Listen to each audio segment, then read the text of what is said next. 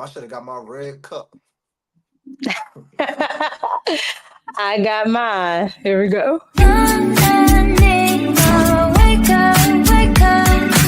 Talks, because y'all know when we have the red cup, we're about to spill some truth. And I have a special guest today.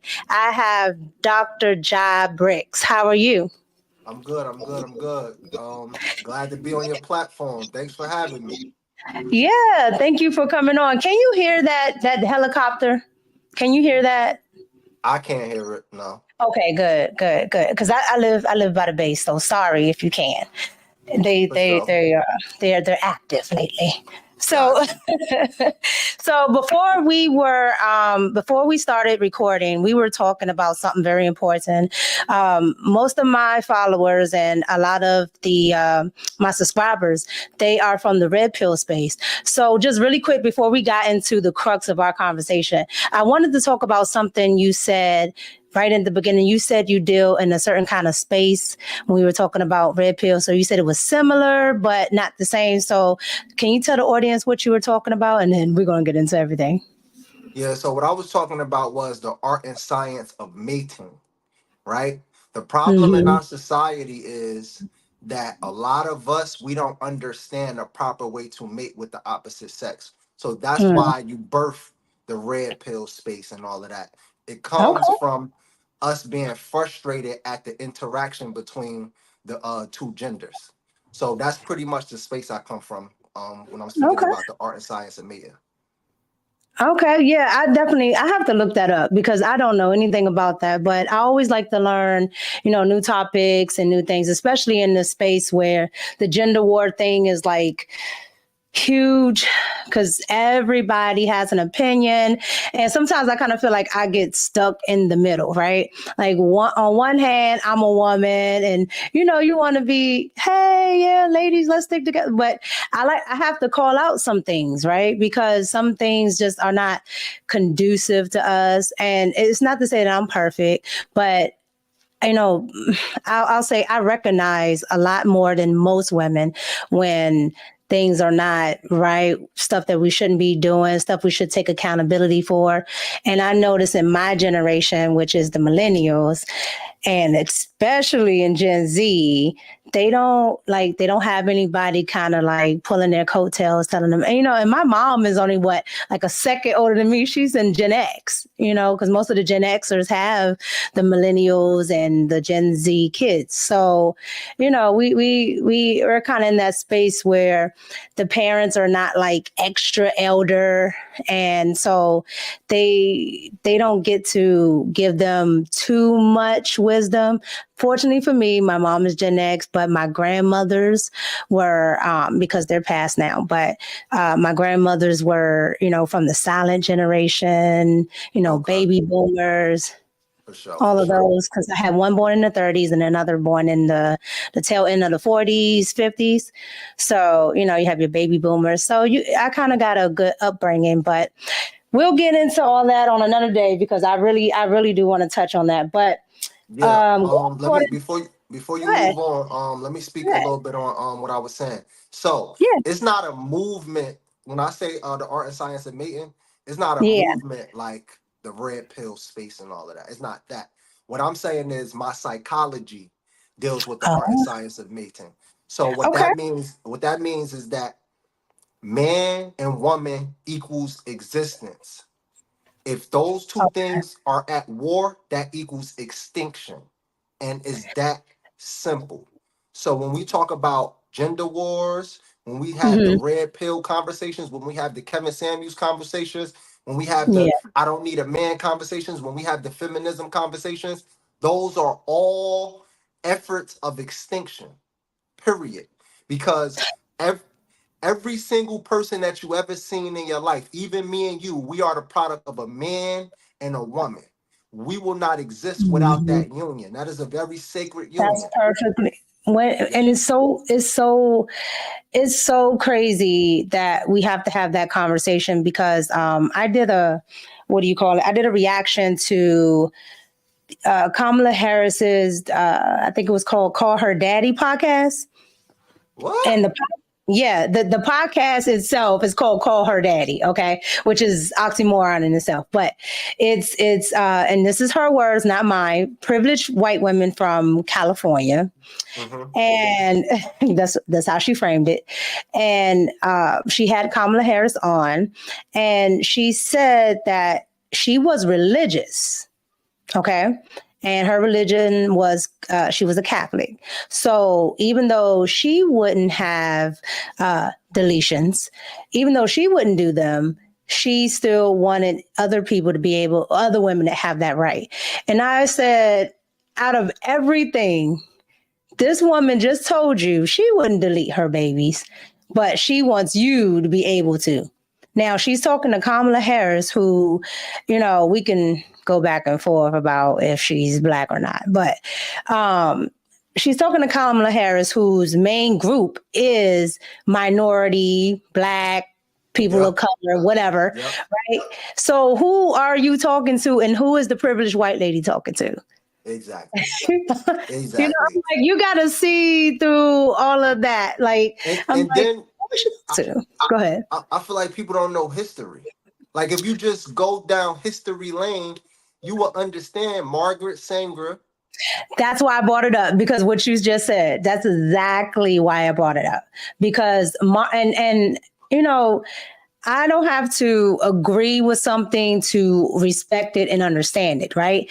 Margaret Sanger did not mince her words, right? So you don't have to worry about taking her out of context. You don't have to worry about any of that. Like, she said what she said. So when people are like, well, I don't think, no. Margaret Sanger meant what she said. Nothing else. Absolutely. So if she's telling you that, you know, she wanted to use this for extinction, exactly what you were just talking about, then why do you think they have these things? Exactly.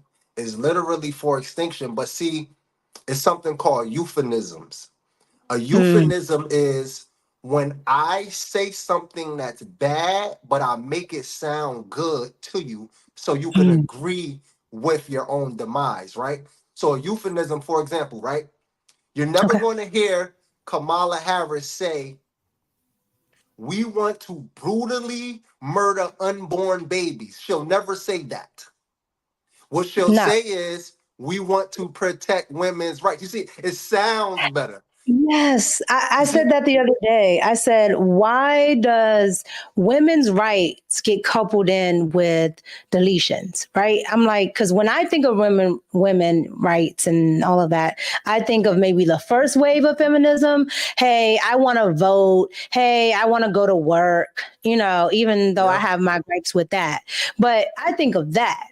I don't think of the fourth wave of, I just feel like deleting babies. Like, I should have the right to go delete babies outside of certain circumstances. Like, absolutely, you know, because I do understand incest or, you know, SA. But other than that, like, what are we talking about? We're just talking about recklessness. Why aren't we talking about preventions? There's tons of things you can do to prevent it before you even get that far.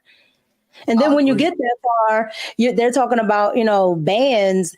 And I'm just like, wait a minute, you're allowing this all the way up to the last minute. At this point, you might as well just have it. And, you know, it's so crazy because there's tons of options right after that, you know, like, and also, go ahead. Yeah. Also, we're not holding into account, if we look at the statistics, less than 1% of all abortions are due to incest, rape. All of these excuses that they use to keep it going, that's less than 1%. So what is that telling you?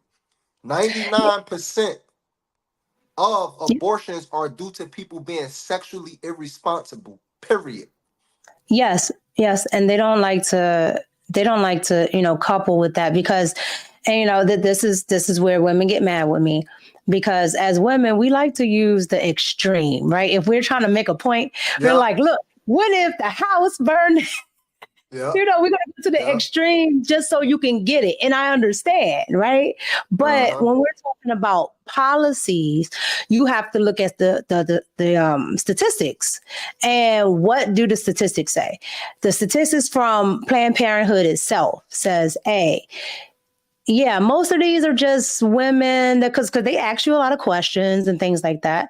So most of these are just women that, aren't really, maybe they're not financially ready, or they just really don't want one. They don't want to be tied to the guy or whatever it may be. They have a certain type of lifestyle, parents, whatever.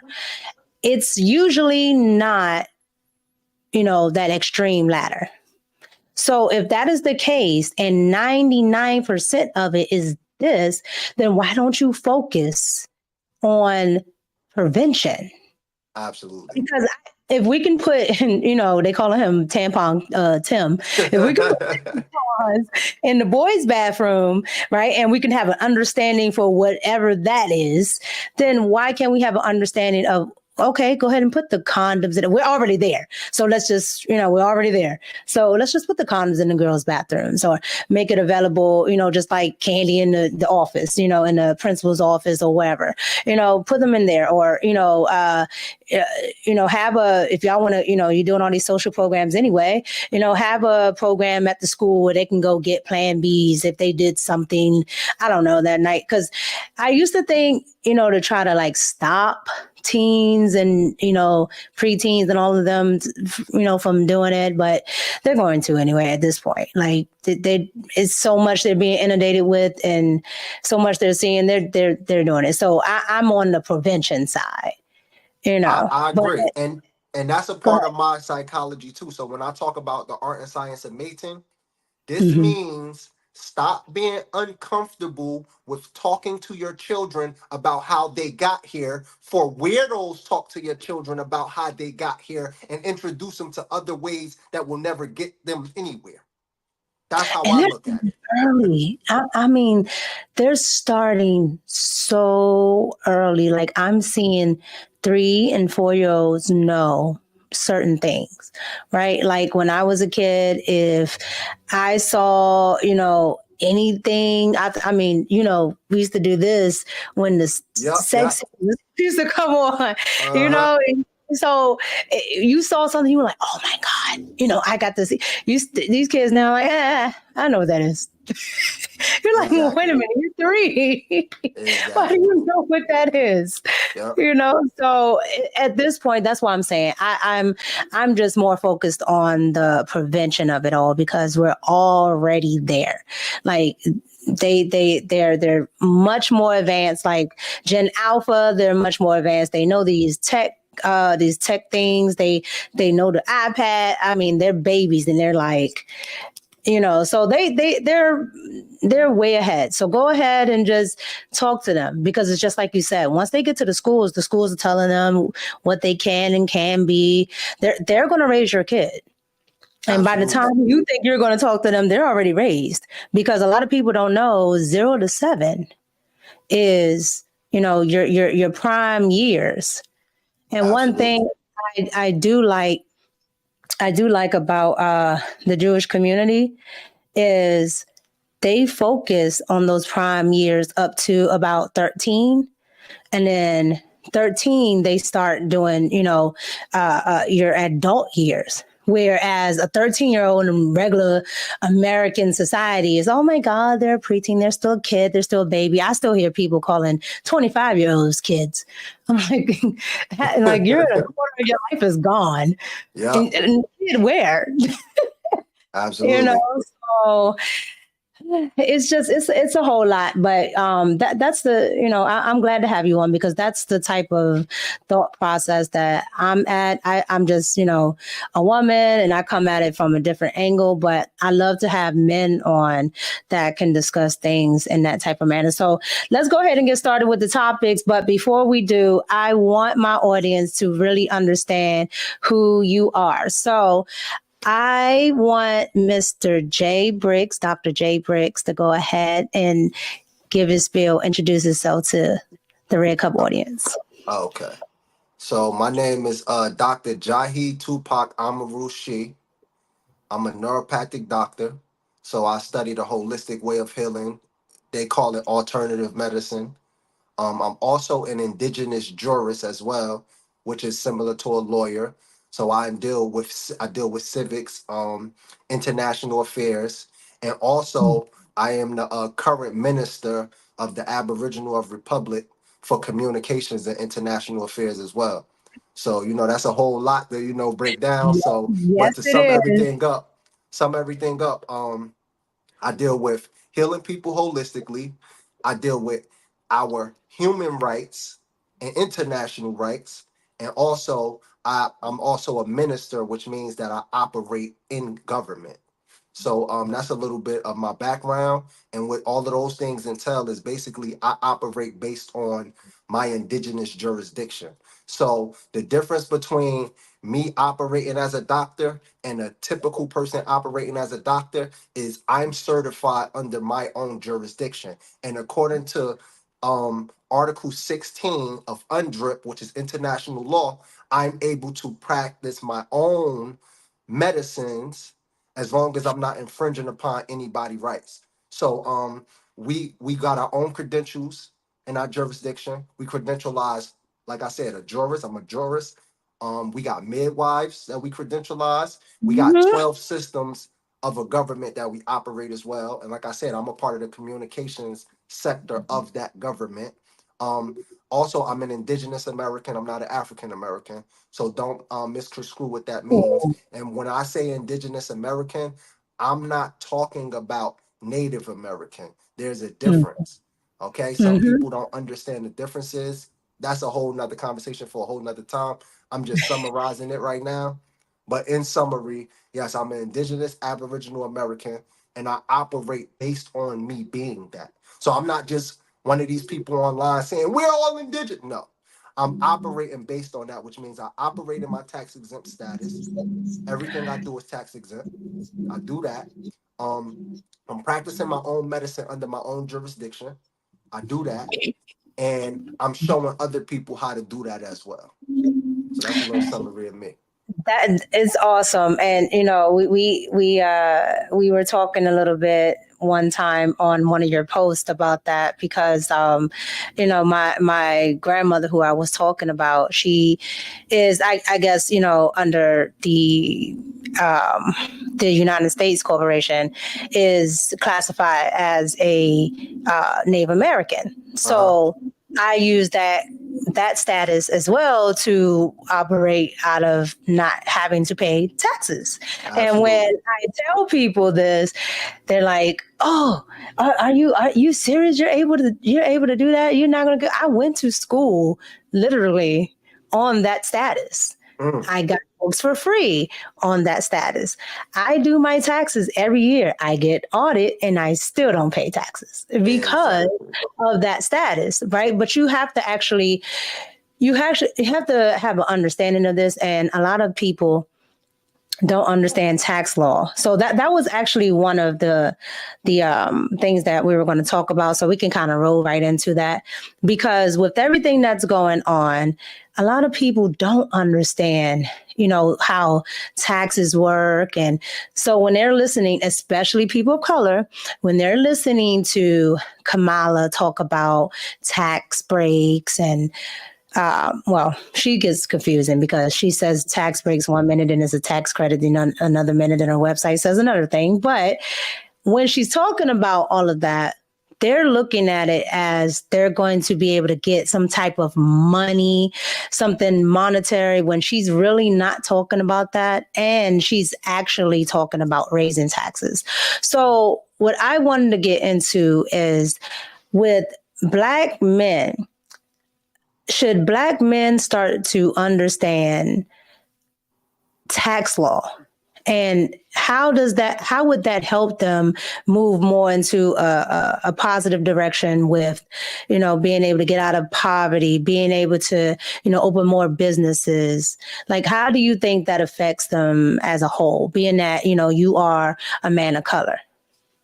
It affects them in every which way.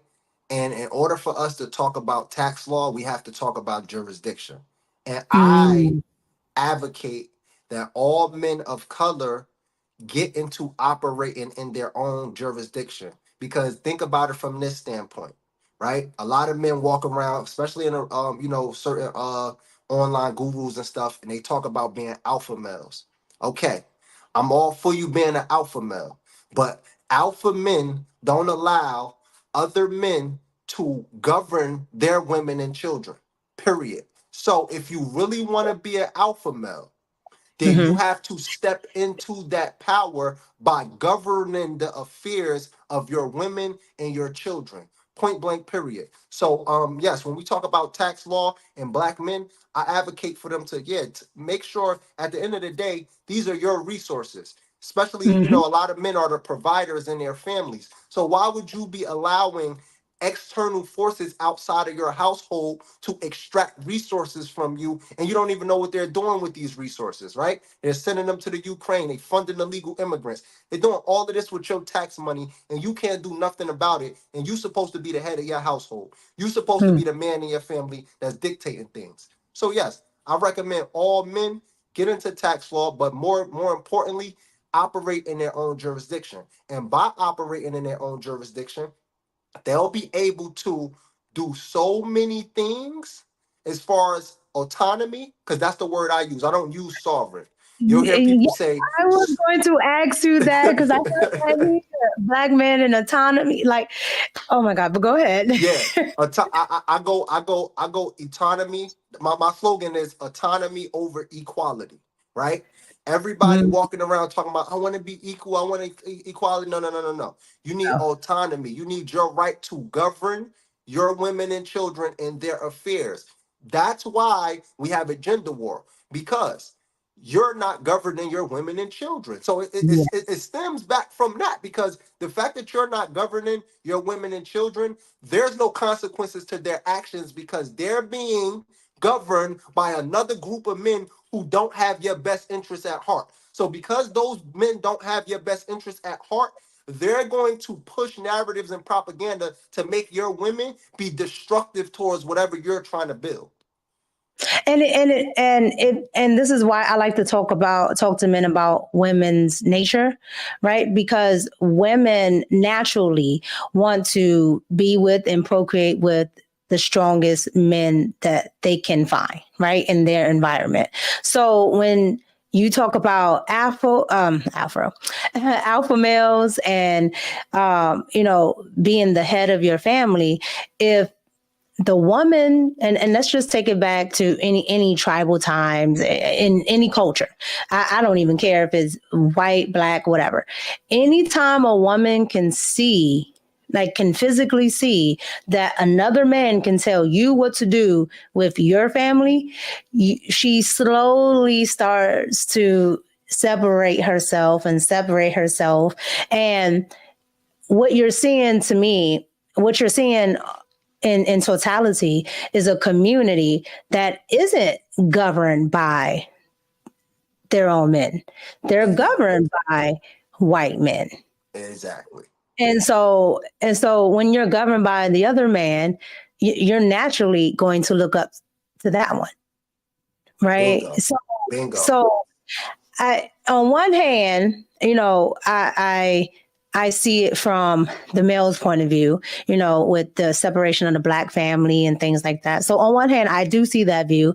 And then on the other hand, I look at it as a woman and I'm just like, yeah, you're not going to get her to acquiesce and act right until you can say, nope, you're not going to do this. You're not going to do that. And I really honestly and truly don't know. And you can, let me know what you think, but I don't know if as a whole that can even be fixed at this point. This is what going on, 200 years, and only maybe 60 or so years of not being under, Jim Crow segregation or anything like that. So you kind of got to think like you've had all of these years like this, and you would know from, the scientific standpoint, that stuff is in your DNA.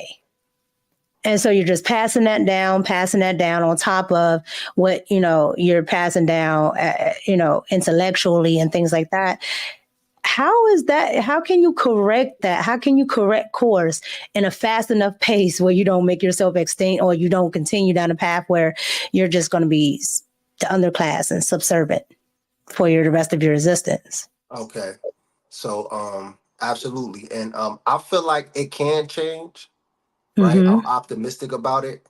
And how it's going to change is black men have to operate in their own jurisdictions, and then give the woman an option. Do you want to be in this jurisdiction, or do you want to be in a foreign jurisdiction? Build with the women who want to be in our jurisdiction. That's all we could do. If women want to operate in those other jurisdictions, cool. But it has to be a like-minded group. And I'm saying it starts with the men. So yeah, we can have conversations, hypotheticals all day. We could be like, look, if women just be better, this will happen. If men just be better, this will happen. But I'm telling you the root cause. The root cause is because we don't operate in our own jurisdictions.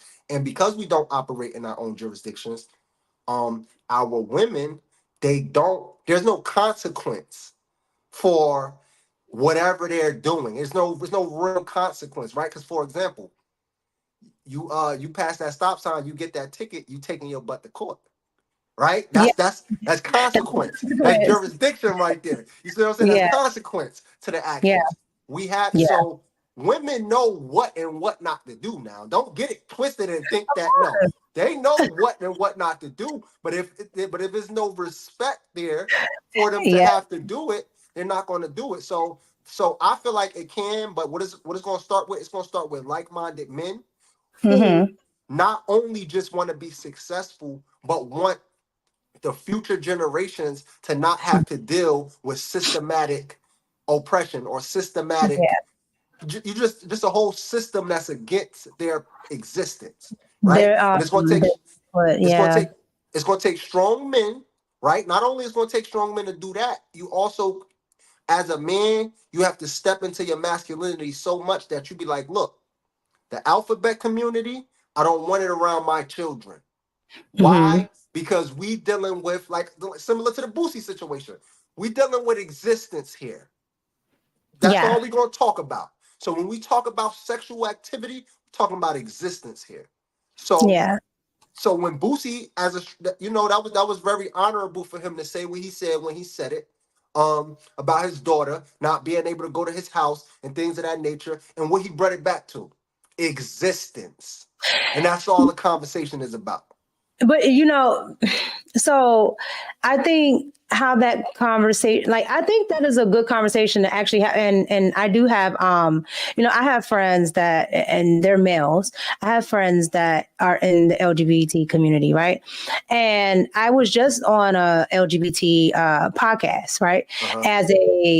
As a conservative woman of color. That's how they frame it. And so I'm on the podcast and they agree with a lot of the stuff that I talk about. Right. And so where I think the conversation gets, it goes off the rails is they make it, and not saying LGBT people, but I'm talking about people that are in charge of pushing it. Absolutely. They make it about, a personal attack, like you hate this human being because they are this, or you wouldn't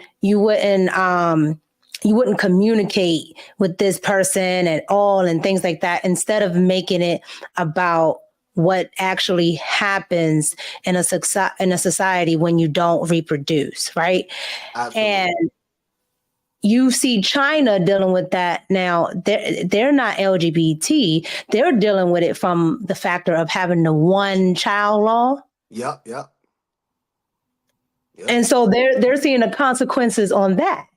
Right. Absolutely. And so if you're pushing, not to say that there were never any, LGBT people, but there wasn't an agenda to push it. So if you have an agenda to push it and everybody becomes that, then how are you going to have the society? Absolutely.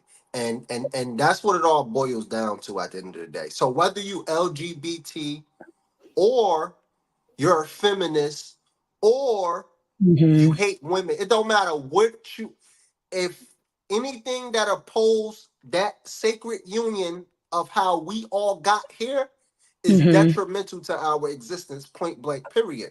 And like I said, I have nothing but respect for LGBT people as human beings. Yeah, Like, period. same. And that's why It's I not, can go on this podcast. Yeah. Yeah. it's not a personal attack. Like I got family members who are LGBT and I love them to death. Me You know too. what I'm saying? I Yep. got a couple of, and this is DC, right? So DC, we got a lot of it. But Yeah. the problem is, and a lot of my friends even say it. The problem is they're used as pawns and agendas to do other nefarious things, right? If you are, you are. I really don't care. What decade? Right? What decade did you grow up in? Like, if you could say, like, the late 90s and 2000s. you're an 80s baby or 90s baby? Well, same, because it's 1990. Okay, for sure. Okay, so look, right? Do you remember pre-Obama how the LGBT people worked? They stayed in their lane. They went to their little clubs, right? They did their little thing. We knew who was and who wasn't. And it wasn't this big hoorah thing like it is now. If you talk to, okay, so like I said, my generation is the millennials, right? So if you talk to anybody, at least 35 down, right? And maybe before you get to about 26, right? They can remember the clubs here in DC that everybody knew that was the whatever club was, on this night or whatever on this night, or that just might have been that club, Exactly. and they didn't have a problem with it because it was for them, and they were able to express themselves the way that they want to. They didn't have to, acquiesce to nothing else, right? So okay, cool. I didn't grow up in that, right? And like I said, I have friends that are, and one of my best friends, I always mess with him, and I every year I'm like, "Are you going to Pride?" And he's like, "I don't go to that." I'm like, why would I go to that? And he doesn't go because he thinks it makes a mockery out of what he is, right? He's like, "Look, I'm gay, but I don't gotta do all that." He was like, it's not. He don't wear it as a badge of honor. He's just, I am. Exactly. And that's You know, how it was. And, yeah, I'm a 90s baby too. That's how it was growing up. yeah. It was just that simple. It wasn't never nothing more than that ever. This whole people hate gay people stuff is propaganda. It's We were talking propaganda. about extremes, right? Yeah, exactly. They would go because I do remember when I was a kid, maybe like 99 or something like that, there was a guy, something happened to him, whatever, it came on the news. But I started to see they would use the extremes to make it like it was everybody. And everybody in school, just like you had the fat kid, you knew who such and such was. He hung with the girls. He had no problems. And sometimes if you tried it, he whoop you. Look, listen. All of them growing up, they can fight now. Don't get it twisted. So it wasn't like I didn't really experience that. So I think the newer generation, when they're inundated with that, right? To the point where it's so much victimhood. It's victimhood about this. It's victimhood about that. So you're walking around with that weight, and now you think everybody's like this. You think everybody's like that. You think everybody has something to say about gay people. I don't. And then for the life of me, they're teaching the children, if somebody doesn't agree with your lifestyle or how you are, then they have a phobia. Everything is a phobia. Everything is everything comes from a negative place. Everything comes from a hate if I don't agree, even down to politics. And so I think that's where we are. I don't think anybody really actually, and it might be a minority of people that do, but for the most part, most people don't really care who people want to be with in their bedroom. So I don't understand why it's being the forefront of where we work, our politics. Like, where are the policies? And they have people of color, to me, so focused on other nonsense that they're not even, this election season, they're not even focused on politics. It's all vibes. And so how do I feel? They got mad at me. They got mad at me in my little shorts because I keep calling it's a vibe. So I sing the 2 Chainz song every time Kamala come on. I'm like, it's a vibe. She want a vibe because that's how I feel. Like I feel like everything is a vibe now versus how is this actually going to benefit me, my family, and for the newer generation, mostly everybody is single. They're keeping them single. Yeah, exactly. Especially men. And it's crazy because I'm doing a YouTube video on that Mm. specifically. I'm creating a YouTube series, and it's going to be called "How Black People Are Going Extinct." And the first episode, guess what the first episode is? Singles. Single culture. Yes, single culture is the first episode because see, people think, oh, I'm just single, so it don't matter. Relationships not for everybody, marriage not for everybody. This, that, and the third. You know, people got all these opinions on being single, Mm-hmm. not understanding that. Okay, planned children don't get aborted. Thank you. Planned Thank children. So if you're single, you have a high likelihood of creating children you don't want. Period. Correct. Period. So the single culture leads you down. And then another thing, single culture leads you down to, like you said, it's just a slippery slope when it comes to being single. Like it's so Mm-hmm. many things you could get into. And once you get into those things, you can't get out of. You know what I'm saying? Once you get into them, you can't get out of them. So yeah, Yeah. they want to keep everybody single. Single is a badge of honor now. You know? And it's crazy because and when you come back to and this is like my fight, right? When you come back to it as a woman, you're fighting with well, they're fighting with equality and wanting to be able to provide for yourself because like we were talking about earlier, they haven't seen a man that can actually stand up and take care of a family and is the epitome of an alpha male, right? So they haven't seen that, so they don't know how to operate in it. So they're being taught, well, since you don't have that, go ahead and get it for yourself, right?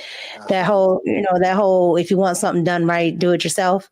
Absolutely. And so at the end of the day, yes, it's still the accountability of women, but that's what they're operating off of.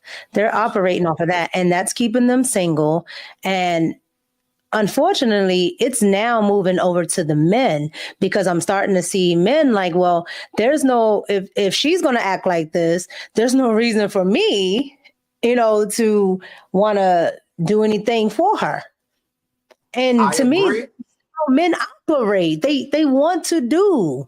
I agree, but I think men need to take it a step further, though. See, this is Okay. why I have a problem with those type of men. Don't Okay. engage with them sexually either. Don't engage with them sexually Yes. either. Because by you engaging with them sexually, you're still encouraging the behavior. Wow. Yeah.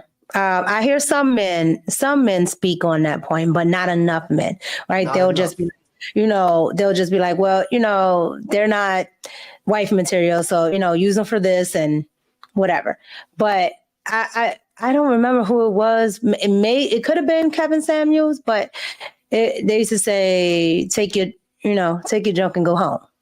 Right. Yep. Because at the end of the day, you sleeping with them is still giving them that inflated sense of I can do what I want. Exactly. Because women get validation through that. Attention is attention. Yep. Yes. I tell men this all the time. And that's why I like to tell men about female nature. I don't care if you don't like it. This is how women are. The same with women. And when I talk to them, they're like, oh, I don't like this. I don't like this. That's a man. So if you want one, you're going to have to operate a certain way or you're going to be by yourself. Exactly. And with men, and for the men, I know we know better. We understand. You may feel like you finessing her. You may feel like, all right, I'm about to just get this and I'm gonna just cut her off. Yeah, I understand that. But at the end of the day, you're enabling, at the end of the day, their validation comes from attention. Attention is the new currency. Look at the internet. Attention is the new currency. So deprive them of attention and see how they change. Deprive them of attention if you Yeah. want real change. Stop liking all those pictures. Yep. Stop liking the pictures. You know what I'm saying? All of this type of stuff. But stop engaging with them sexually. Just stop. Like if her mind ain't even there, it ain't nothing for me. Cause like me, I'm not doing that. If your mind ain't there, I ain't got it. I ain't got it for you at all. But a lot of men don't operate like that where oh well, her mind got to be a certain way. They be like, nah, I don't need her mind to be a certain way to sleep with her. So don't complain then. She don't care about when you hear women on these podcasts talking and they're like, yeah, because I get men. You know, they're talking about all the men in their DMs, possibly that just, that may or may not, but more than likely that just want to sleep with them. That's still men in their DMs. Exactly. Men try to rationalize it. It's not like you're not going to rationalize that. That they'll be like, when I tell them that, they'll be like, yeah, but they just want to hit. I'm like, women don't care about that. Exactly. Like, women don't care. Exactly. And once men understand that, the real power comes in. All of the women who are on cold, show them all the attention. All the women who are on cold, show them all of the attention. Period. And if you show all the women who are on cold all of the attention, the little girls are going to see that and they're going to aspire to be like those women. So I said this the other night. I was on a podcast. I said, a lot of women are confused at how to move with men. One, because they don't have the father figures and, the proper teachings from, the males that should be in their household. But two, they are watching you guys be okay with the hoes. And so the hoes are going on flights. The hoes are having multiple babies and having the $1 million lifestyles and this and that. And y'all are still paying the hoes attention. So the ones that even want to act right, or maybe even already act right, they're like, why am I doing all of this? I get Pookie only talking to me. The man with the money, he chasing, Drea. Or he's chasing, this girl. He's and they can be average looking girls. They can be really pretty girls, but they're getting treated the same if they're not, the Instagram model or whatever. So they feel like, well, I might as well go be a hoe. Exactly. And I'll get the results that I want. I might be a hoe, but at least I'm getting something versus sitting here trying to be the nice girl and nobody pays me attention. Exactly. Agreed. I agree with that. It's a little confusing for a lot of women. I still say no, but I can see it. But I'll say, go ahead. And I don't agree. Yeah, like I agree with that. Like I don't agree with it as in I co-sign it, but I'm saying I understand it or whatever the case may be. Mm-hmm. And I understand. yeah. So when it comes to that, if we start to move towards the good girls and showing them and admiring them and things of that nature, because at the end of the day, we're going to have daughters, right? So how do you want your daughter to be and who do you want your daughter to be raised by? Like, are y'all thinking that deep? Because understand this. They're not. Yeah. Having sex, things come from that. I don't care if you wear condoms. I don't care what you do. There's still a potential if you lay down with this person. I don't care how small it is. It's a potential that life can come from that. So why would you even engage in that behavior with that specific person if you can't see that person nurturing your children? That's the problem we have in society. Yeah. I said that one time, and I think the response was, well, we're not, we don't actually want a kid with them. I'm like, so they got mad at me because I was like, yes, you do. Yes, you do. They're like, well, no, I don't. I didn't want a child with her. Yes, you did. Because if you lay with her, and mind you, you could have been in a different place in your life, that whatever, right? But you did. You're making an intentional decision. Like, this comes from this. It can happen. Try to prevent it or whatever. But it can happen. And then when it does happen, or if it does have the potential to happen, do you calculate in your mind, hey, if this happens, do I want to be attached to this woman? 9 times out of 10, the men that I know that have baby mamas, they do not like those women. Exactly. You see my point? Then they meet the woman that they really like, and they have that baggage. And it's the same for the women and the single mamas. Now, the men tend to deal with it a lot better. They tend to say, hey, I done messed up. Women like, well, you should just take me. And no, like, this is traumatic. This is drama. And nobody really wants that. Absolutely. And so that's why you have a culture of single baby mamas, because nobody wants to take on that trauma from that dude that you really didn't want either. And then you got an offspring with him, and you probably more than likely don't really want that offspring.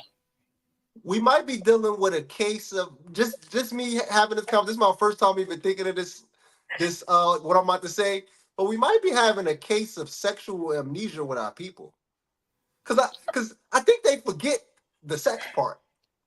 Like, that part just goes out of their mind. And, okay, now I got a baby mother I hate, or now I want to have this abortion. Like, they forget that you had to have sex first in order to have that problem. Yeah. Oh, well, they tried me. No, they didn't. Yeah, we must be dealing with some sexual amnesia now, for real, as a culture. Like, for real. So I want to get into, we were talking about autonomy, right? Oh, my bad. No, you're good. So we were talking about autonomy. Now, one of the things that's been happening with, I would say, this administration is war, right? War. You're war with Ukraine. You're helping the Middle East. They're in Lebanon now. They're facing war with Russia and Iran. So when you think about all of that, under the, in the United States, you have something called selective service, right? For men, and men have to sign up. And, basically saying, I'm going to do this if this happens. I'm going to go ahead and go to war. We hear in this election a lot of the times women talk about, being able to have autonomy over their bodies.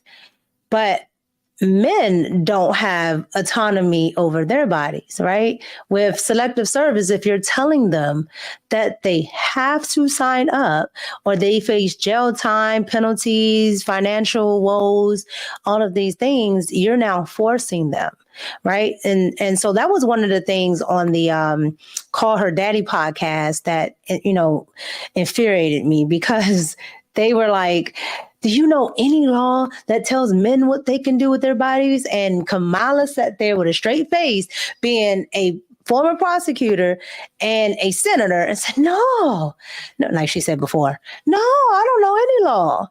And, it made me so mad, because, again, she's talking to people of color. I don't care what she tells you, that's who she's talking to. And when you look at that, you have men of color, preferably Black men, they're signing up for the military.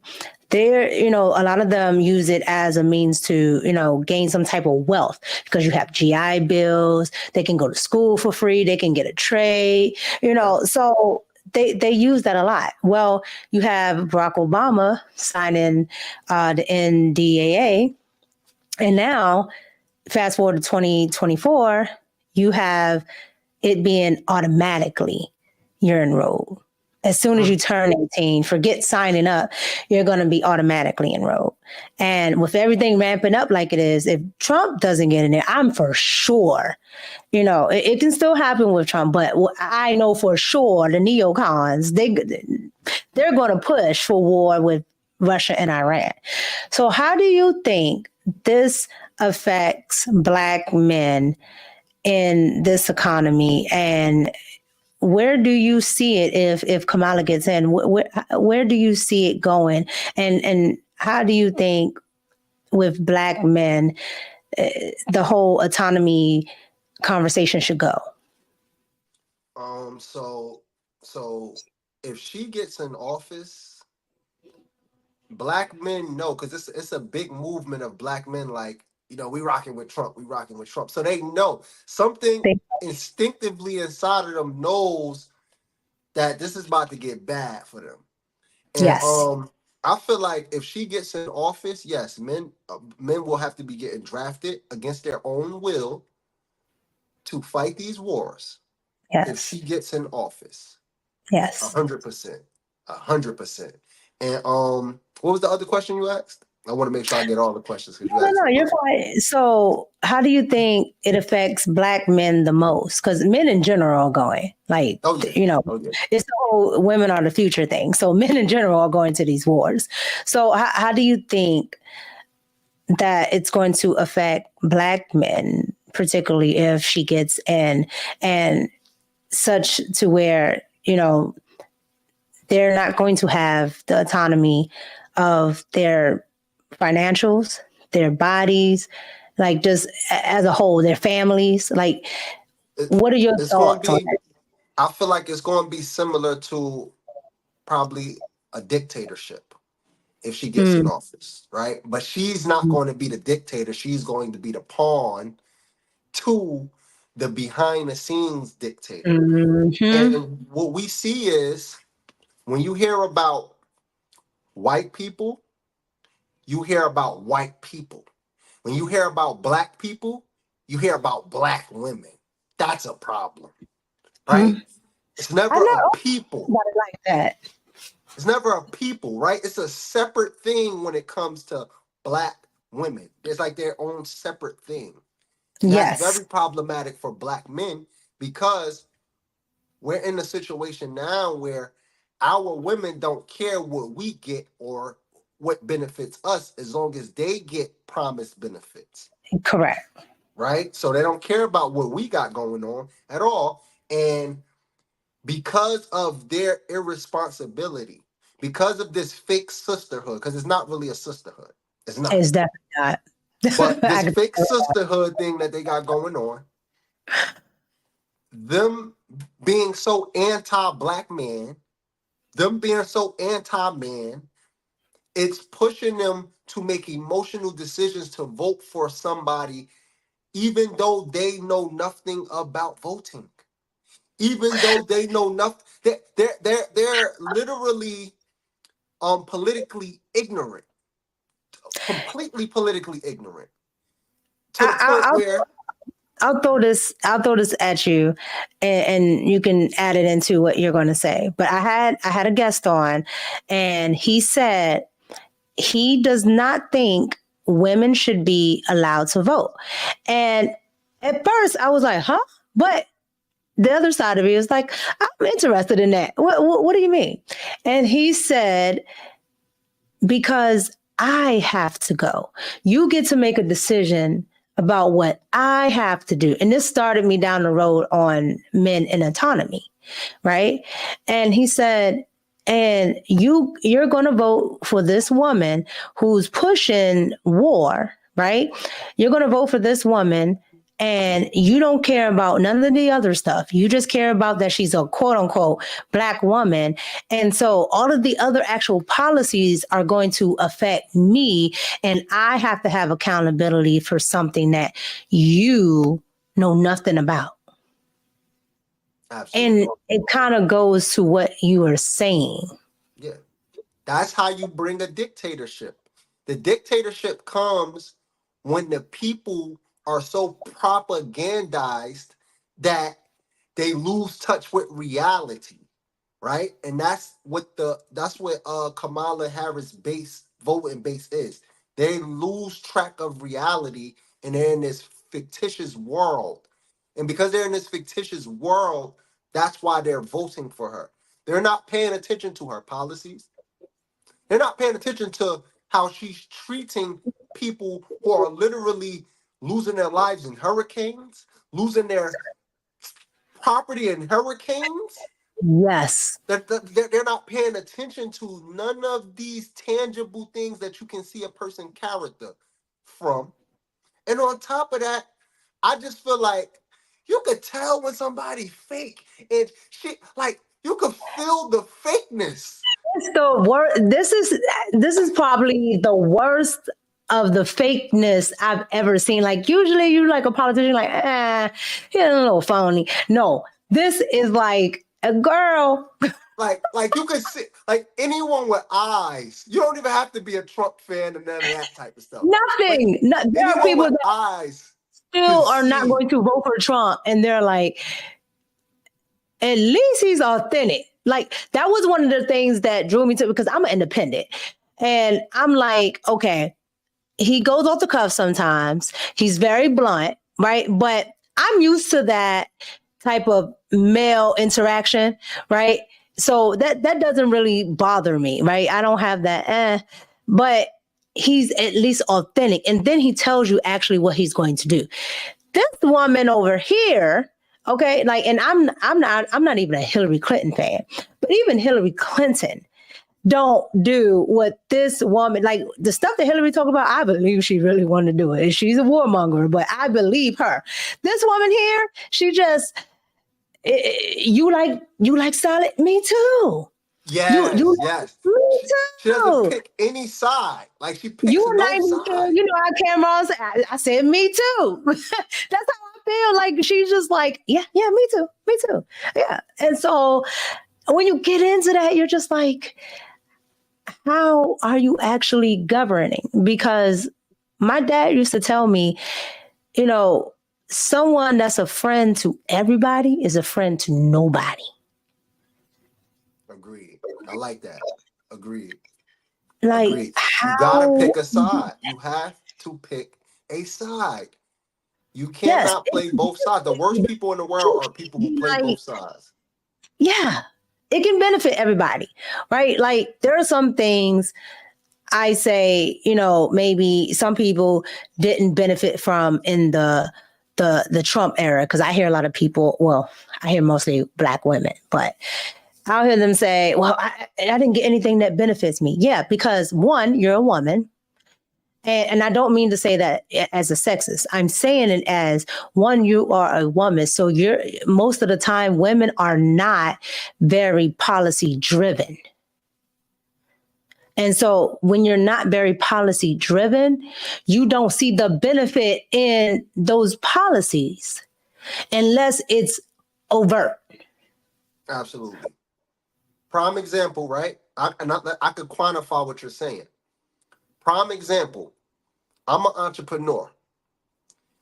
Donald Trump put out the Platinum Plan. Anyone who is entrepreneurially savvy and hear what he's offering, funding. Do you know how powerful funding is to those words to an entrepreneur? Yes. He offered that. He offered funding for specifically Black communities. Yes. So he had a policy specifically to help Black communities with funding and all type of things. And after offering all of that, they still went and voted for Joe Biden, aka Kamala, because really, it's the same person. Yeah, really, he made her vice president to play identity politics as well. But that's a whole nother conversation. And I knew that eventually she was going to step up to the forefront, because think about the last 4 elections, right? Mm-hmm. Think about the last 4 elections. They were trying to get that woman in. Identity politics with Barack. Correct. So look, so they're trending Black. They're trending on this whole Black thing to try to get votes thing, right? Because they did it with Barack for 2 terms. They won. Then they didn't have a black candidate during the Hillary versus Trump. They lost, right? So what is that telling the Democrats? We need black politicians, a part of what we're doing to sway the people who don't really know how to vote or understand politics to use their vote and come out. And that's what happened with the last election with Kamala, and that's what's happening now with Kamala again. They're playing identity politics in order to sway that black vote. No, you're spot on, because I tell people this all the time, and especially in America, because America tends to play identity politics, but understand the fundamentals behind it, understands DNA, like they understand this, right? So in America, you have the whole, if or the thought process of, if you have one drop of black, you're black, right? Uh-huh. But the people that instituted that don't even believe that. It's all economics, right? And so they push this. And again, I only see really black people practicing this, because you have, and I come from a mixed race household, okay? Now, I understand what it's quantified as in America, but then when you look at my family's dynamic and why we have so much, it's because we're able to pull from this and pull from this. Yeah, they're telling you in the media that I'm black, right? But then behind closed doors, they're like, yeah, come here, come do this. We'll give you money for this. Yeah, we'll fund you this and that. That's the reason why they were okay with Barack Obama. Absolutely. That's the reason why they're okay with Kamala Harris, because they understand the actual the functionalities behind it. They play identity politics with you to win the vote, and then they understand what's going on, because Kamala Harris actually gave the Asian community billions. Wow, VP. While they played this game of, oh, well, she can't do anything, she's VP. And then Joe Biden sits up there and says, she's been with me every step of the way. We're lockstep. Yeah, she's every law. And I'm like, this woman is playing with you. I don't know how y'all don't see it. Or maybe you do see it, but you're so used to identity politics that you're just okay with somebody that mirrors you. I'm not even going to say look like you. That mirrors you. You have the same complexion, maybe a little bit of the same hair texture. Those little things pull at your heartstrings versus what is she actually doing for your community? Because someone that's a part of my community actually does for my community. Absolutely. Absolutely. And like you said, she gave that money up to the other side, though, real quick. Real quick. Yep. Go ahead. But those women, they know nothing about politics, though. They don't even know none of this. They don't know she gave that money to them. They don't know anything because they're not engaged in politics. They're engaged in, we need a woman in this house, in this White House. Yeah, and I try to stay out of the argument of is she black or not, even though I don't think she is. I stay out of that argument, and I say, okay, look at it as she's a person of color.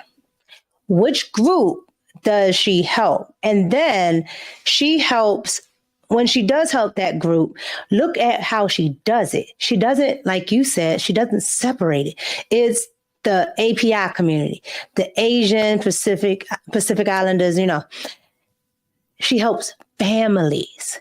When she comes over here to you, let's just say she does help or throw something out there. It's based on what? Gender. And by doing gender, you separate it. So how I'm looking at it is now when Trump comes up with something like the Platinum Plan, well, what gender in the Black community is going to be more likely to benefit off that?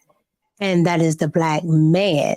And oh, no, you cannot make that Black man that empowered. Because if you give him that, he's gonna do what men, white, black, or whatever, do. And he's going to take that and make something of it, which creates generational wealth, which creates societies and so on and so on and so on. No, that's not going to work. Let's empower the women, because if you empower the women, we just want resources. We want to live well. We want to be nice kept. We don't want all that drama, right? And so, because even the boss chicks, they on TikTok, I'm tired. Even that's what I said. The only thing women pretty much do with money based on their nature is, fancy things, nice things, luxury things. That's pretty much that's it. What else are you going to do with it for real? You know what I'm saying? Absolutely nothing. I always say, I look at the male podcasters, right? I look at you, Kevin Samuels, Anton Daniels, all this stuff. Y'all could be in a can and y'all still talk. Us, exactly. No, we we gotta fluff up, and I'm a woman and I'm honest, right? I'm honest about it. It has to have a certain aesthetic. We have to feel comfortable and things like that. But the thing about it is we're not being honest as it relates to transfer over to policies and procedures. And that's because a lot of our communities don't have that male influence for them to be able to understand how that transfer over. Like, okay, you want these resources, but how do you get these resources and how do you keep them in lockstep? How does it benefit your children? How does it benefit, the leader of your household? Like how do these things work? They're just like, I don't know. I want $1 million. Yep. I want to be rich. And this is why I feel like all women should have a man, because if not, women need their emotions regulated. If your emotions are not regulated, it's easy for you to fall for people out here who are trying to pull on them emotional strings, and you need that man logic to tell you, babe, look, nah. Babe, look, that's just a scam, or that's just this, or that's just that. Imagine a single woman. Whatever she feels, she's gonna go with it. And that could be detrimental to it. Don't matter. Whatever she feels, she has nothing to regulate that. So they have something called propaganda, right? Which is the television. Who are the number one consumers? Women. Why? Because they know how to appeal to those emotions, and you need a man in your corner to regulate that, or you'll be doing whatever. That's why you already know cosmetic industry, $1 trillion industry. Black women makes the cosmetic industry so much money. We can have our own schools, our own everything, hospitals, everything. But they have the money because they're touting and bragging about they raised all that money in 24 hours for Kamala. If you can do that. Now, I grew up down the street from Howard University. I've never seen mind you, I grew up with my mama's white side, so I didn't know what a HBCU was. So I would have known what they were if they were outside in a community like that. Okay. Exactly. They are not out in the community like that. So you're telling me you do have funds. You do have you do have things like that. Okay, cool. Why don't you do it? Your communities will be so much better. Around the corner from Howard University is the projects in DC. It's the projects, like literally around the corner. So if you can raise that much money in 24 hours, you could have been cleaned up those communities. That's why my tax plan is to get 20% of Black Americans to be tax exempt. If I'm able to get 20% of them to be tax exempt, that's an extra, and I'm able to save them $20,000 a year. That's an extra $200 billion in the community that we wasting on our taxes. And even when they look at the taxes, right? If you tell them, hey, when you pay your taxes, and just look at it this way, something simple. When you pay your taxes, they say, hey, pay this percentage. It sits at the Fed. It creates interest. Then at the end of the year, they tell you, you have to find a way to get your money back. Yep. What does that tell you? Yep, exactly. What does that tell you? Like, no, if I let you borrow money, you should be able to give it back to me with interest. Exactly. When you go and pay for your house, you do it with interest. Exactly. So why doesn't that work for you? Exactly. And they know it. They know, and a lot of the times when I try to get women to understand this, they don't. I had one woman tell me, I would rather go into financial ruin than to vote for Donald Trump. Because I said, just take away, take away the rhetoric. Take away the rhetoric. Take away that you think he's mean. So take all that away. I said, now close your eyes and just think about the stuff that he says. And I'm talking about as far as the policies. And she said, yeah, some of it I think is good. She said, but I can't deal with the racism. I can't deal with the this and this and that. I'm like, yes, you can. You know why? You deal with the racism at your job. Because I'm sure that white woman at your job, you don't like. But you go to that job and you work it because you know there's a benefit from it. You're not going to like everything in life. And this is what my daddy taught me, my grandfather. You're not going to like everything in life. But you learn how to tolerate certain things. And I'm not talking about hatefulness, but you learn how to tolerate certain things where certain things don't bother you, roll off of you because it has no permanent effect on your life. Exactly. And I feel like that whole racist thing is the biggest hoax on Black people ever. It's the biggest hoax ever. Yeah. There's no bigger hoax than Black people think somebody racist and this, that, and the third. In reality, they can't even identify what true racism is. You're not Black if you don't vote for me. I said that, right? Someone said, well, he did Central Park 5. And I said, okay. He was a Democrat at the time, wasn't he? Yeah. He was a Democrat. He was in New York, a Democratic state, right? Yeah. So the judges, everybody tend to be Democratic because y'all just vote down ballot. Yeah. I understand that. Okay. And when he took out the ad, it was after they were convicted. Yeah. Okay. So everybody thought that these boys did it. Yeah. Now, fast forward to Joe Biden, the policies that he has been writing since the 60s that are on record, not on a billboard, that are on record say what? I don't want my kids at that jungle school. I'm not desegregating. I don't want no busing. I mean, your vice president called you a racist, like literally, right? And so you got that, the crime bill, and all the way up to what you just said, where he sat in Charlemagne's face as a dark-skinned Black man. So when you add all those things together, how did you vote for that? Like, what was the rationale? There's no rationale. Because but you don't really stop acting like you care about racism. You don't really care about racism. Stop it. Yes. You're just falling for the propaganda. That's it. You're a propaganda puppet. Whatever that media say, that's what you're going with. However the media tell you to feel, that's what you're going with. You have a sheep mindset. Mm-hmm. And that sheep mindset is detrimental to our people. And at the end of the day, I don't think, I'm going to say on the record right now, and this might be controversial, Black people don't need equality. Black people don't need to be equal to white people. No. And one more, I got one more better than you. If Trump is riding for the race of his woman, who he thought got assaulted in a park, there's nothing wrong with that. See, the problem is, y'all hate that white people ride for white people because y'all don't ride for y'all people.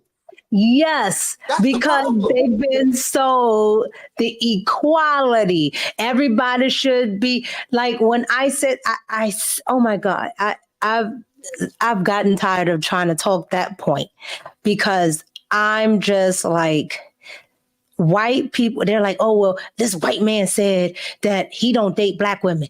He shouldn't. Most races usually stay amongst each other. Native, or like when I tell you that mixed race people are a minority, they're a minority for a reason. Because most groups are with, each other, right? But at the same time, I'm just like, when you think about it, when was the biggest time that Black people were thriving? It was right after slavery. Why do you think that is? It was no college degrees. It was not. Why do you think that? Well, but we were forced to. Sometimes this is the mindset. Sometimes you gotta force them to think. They just said something clever and they didn't even know they said it. Exactly. Segregation was when Black people thrived the most. Period. Yes. During segregation. Why? Because you had no choice but to shop Black. You had no choice but to do everything Black. On what hotels were Black. So exactly. you benefited from that. All communities nowadays still operate this way, and they deal with other races of people. You can be in commerce with other people and still want your group of people to benefit. And you do this all the time. Thank you. And that's all it is. And that's all it is. You can still operate within your people. Y'all can still build economies together. That has nothing to do with racism. Stop the racism card. Black Wall Street, Tulsa, Oklahoma, that was during segregation. Yep.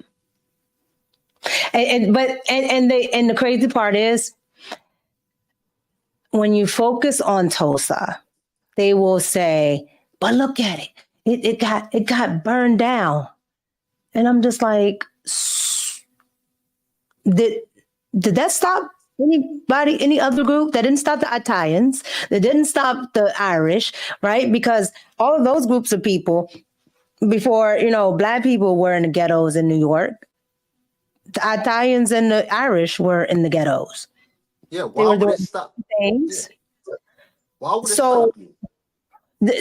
So they had to join the military to get money. My quote unquote white side is from Poland, right? Exactly. My great grandfather had to come over here and join the military in order to get, immigration status and build some type of wealth, right? That's the same thing I started off with when we were talking about Black men, right? So yes, other groups have gone through this and they've made it through. Now, do I think that there are a lot of there is a lot of policies that have been predicated against Black people to further do things? Yes. Right. However, it doesn't stop you. But it seems nowadays, if you say racism, that stops everything. Exactly. It stops all progress. And that's a big problem for me as well, because it's almost like a victim mentality. Like, and it's like I asked this one question a couple years ago. I said, do Black people really want to be free, or do they like the attention they get for being victims of society? Do Black people want to be free, or do they like the attention they get from being victims of society? That's a good podcast, because that's real talk. Yes. Like, because I'm starting to think it's the other way, because they want to be victims in every which way. And don't get me wrong, like, I'll put my people first and all of that type of stuff. Like, you know what I'm saying? I rock with Black people heavy, but I'm growing up to where I'm like, yo, I'm rocking with who rocking with me at the end of the day, because at the end of the day, y'all are actually doing things that I don't agree with, that is detrimental for me, that is detrimental for my kids. I can't rock with that. I don't care what race you are. And at the end of the day, this is what I want Black people to know, if they don't know one thing. Black people, y'all are being ran by another group of people, right? So guess what that means? That means that y'all are prisoners of war. Okay, so ever since they came over here, y'all been at war. The war has never stopped. So what are you scared of? What are you scared of?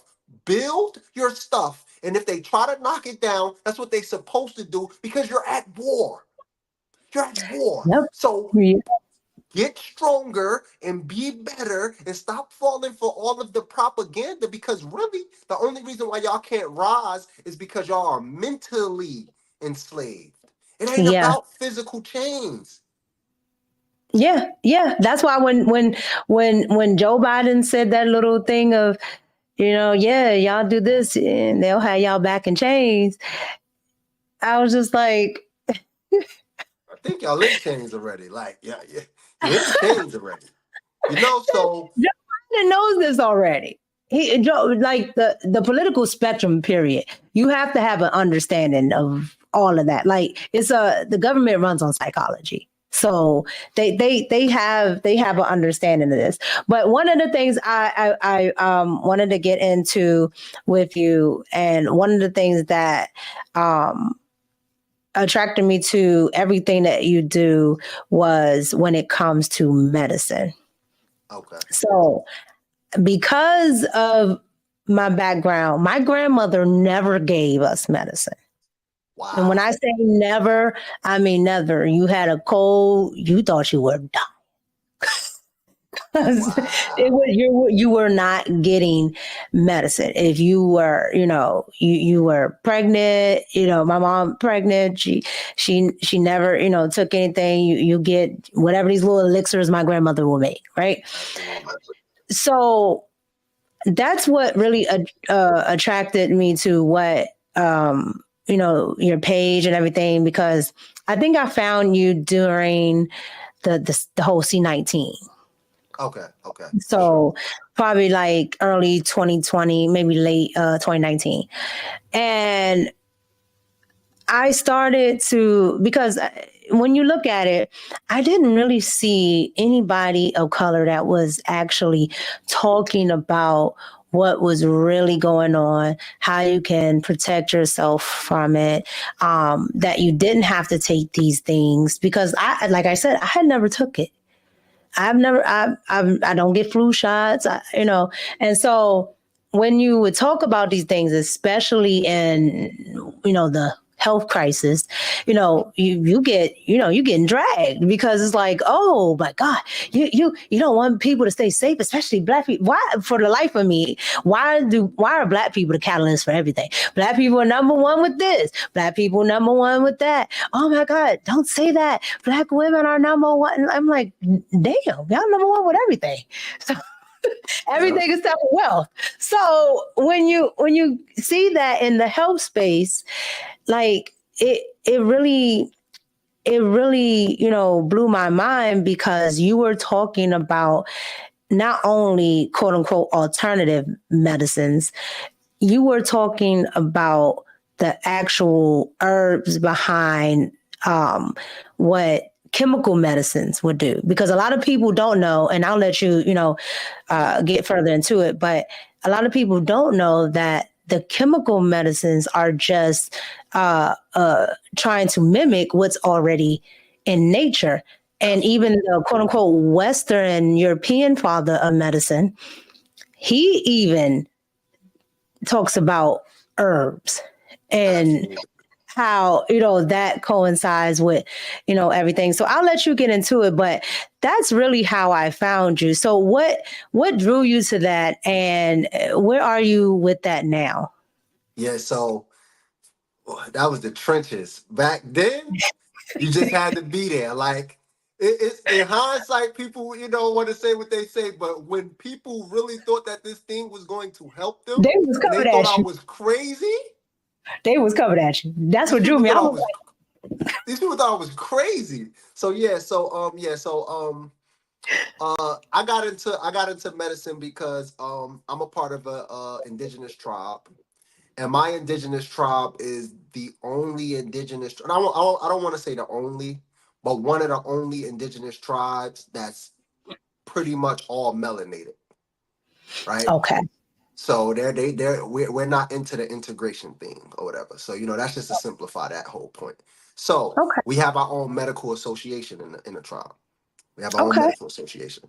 So when you get into the tribe, we have to fund our own autonomous functions. We're not Okay. getting funded from the outside. We're not a part of the BIA, the Bureau of Indian Affairs. We're not a part of them. So we got to fund our own thing. So you have to be an entrepreneur if you're in my tribe. You cannot just be a worker. No, you have to be an entrepreneur if you're in my tribe. So I started to become a certified indigenous doctor. I got my certification under the tribe. Once I got my certification under the tribe, started to practice medicine. Along with me practicing medicine, probably a couple years after I was practicing, we get into the whole pandemic. So Mm. my medical association, we are solution-based people. We don't like to complain without solutions. So Okay. we created, because our family members took it. So we had to create a solution for them because we knew what was going to happen to them. So we created a solution for that. I ain't gonna say too much because they be censoring crazy, you know what I'm saying? We ain't gonna talk too much about that, but you know what I'm saying. So I um got you. yeah, we end up creating something to help with that. Okay. As we created something to help with that, we started to put people on our bioscans. We got bioscans, by the way. Bioscans are what you put it on your hand and it scans your whole body to see what's wrong with it from every cell. So we got these things. Basically, like similar to that scan that's on. I always bring up pop culture for people to understand. Like Elysium. What's that? You ever seen the movie Elysium? No, I There's never a seen that. there's a movie called Elysium, and they at the end of the movie, the guy comes from Earth to this little hub that's circling the Earth that all the rich people live on, and he puts his daughter. I think it was his daughter on this bed, and it scans her body and says what's wrong with her, and then it takes all of it out. Or it gives you the recommendation of what to take and things like that. So is Similar, it something yeah. like similar to that? Okay.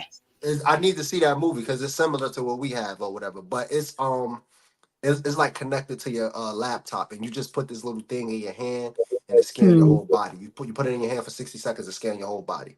So Mm-hmm. we was detoxing people. We was detoxing it out of their bodies. This whatever I don't even know what to call it because they be saying so. But this thing, this inoculation, I'm gonna call it inoculation. This inoculation, this jab is different than other jabs because it has nanolipid particles. Mm-hmm. So for my scientist people out there, or for some people who don't know, a lipid is a fat, right?